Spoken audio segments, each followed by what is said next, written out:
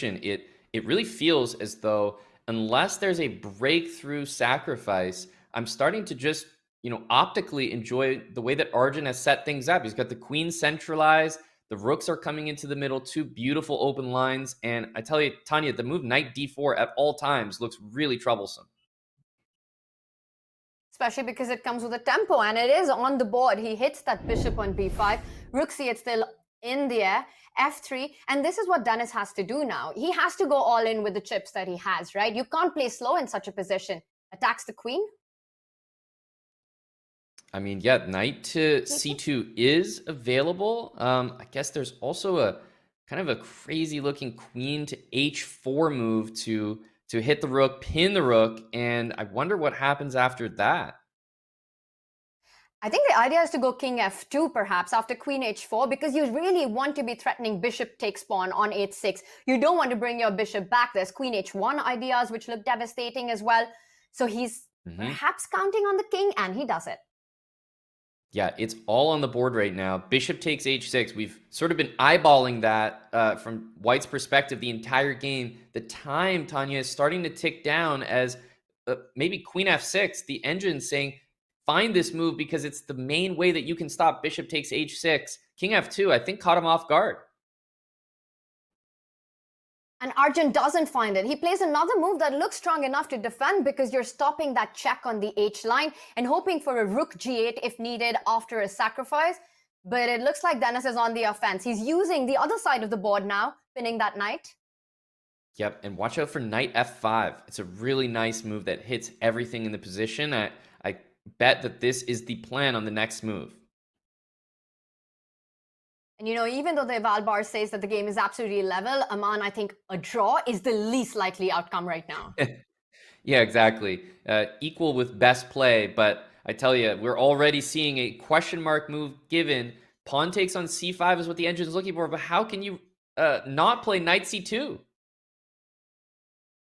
You must, and that's exactly what he's done with 15 seconds on the clock. The most natural move, hitting the rook, hitting the bishop. He said ideas of rook f4, attacking the black queen. You need to constantly be on the offense here. Oof. Yeah, at this point, queen e7 being given a blunder because of rook to e4, disconnecting the bishop from the knight on c2. And Denis finds it. He finds it with 11 seconds remaining on the clock. He gets the brilliancy in, and he's winning big material right now. But wait a second, Arjun's got his own tricks. f5, forking the two rooks. Oh my goodness. And I wonder, are we going to see this bishop e5 idea? Yes, rook g8, there's bishop c4, but it's not clear that this is winning. But this looks so incredibly powerful. The bishop pair doing that job. That rook on g8 stuck to defend the g7 pawn, now picked up. And though black has an extra pawn, but that's not for long. That's right, the king can slide up to h7. The bishop is trying to watch the f5 square because you really don't want that pawn to shoot up the board. And the only piece that Arjun can play with is the bishop. Everything else is tied down, but maybe that's just about enough to hold the endgame. Will the king go forward? King f5 is always the decision. You drop the h-pawn, though, and that frees black's pieces. So he's not willing to commit that just yet. And the rook doing a bit of yo-yo, defending the g7 pawn and the a4 pawn when needed. Shuffling with the king.